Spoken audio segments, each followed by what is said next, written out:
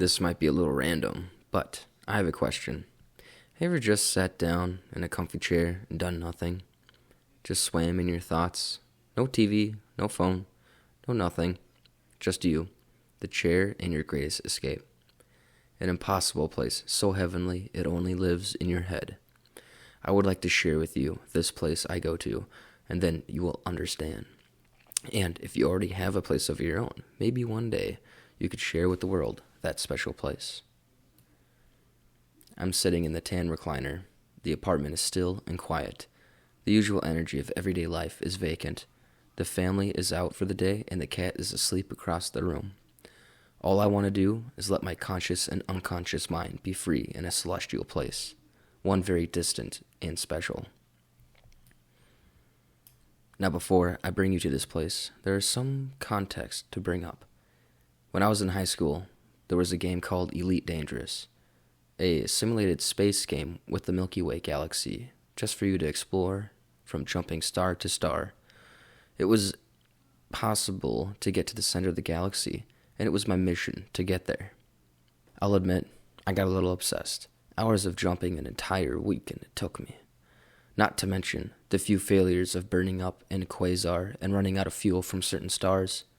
Like the USS Enterprise, I carried on through thick and thin and made it to the center. The view was spectacular, a black hole in the center with other players taking it in. The stars and planets were so dense it blended into a mesh of colors. Like the sun hitting a window just right, creating a color spectrum on the floor.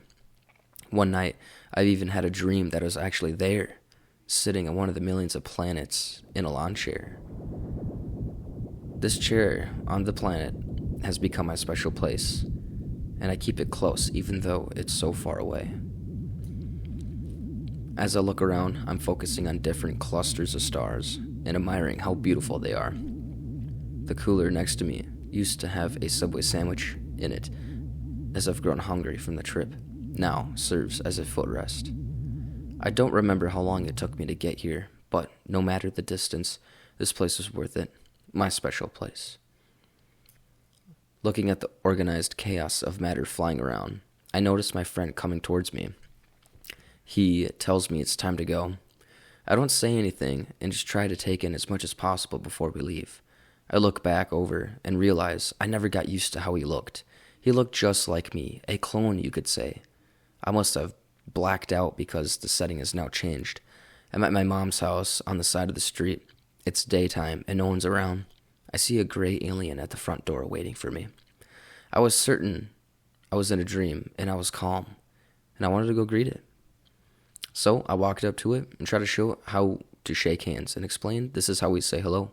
It just stared at me like it was a statue, unmoving, then black. I look around, and this time I'm a block away from my father's house. The secluded and wooded street was somewhere I've been plenty of times.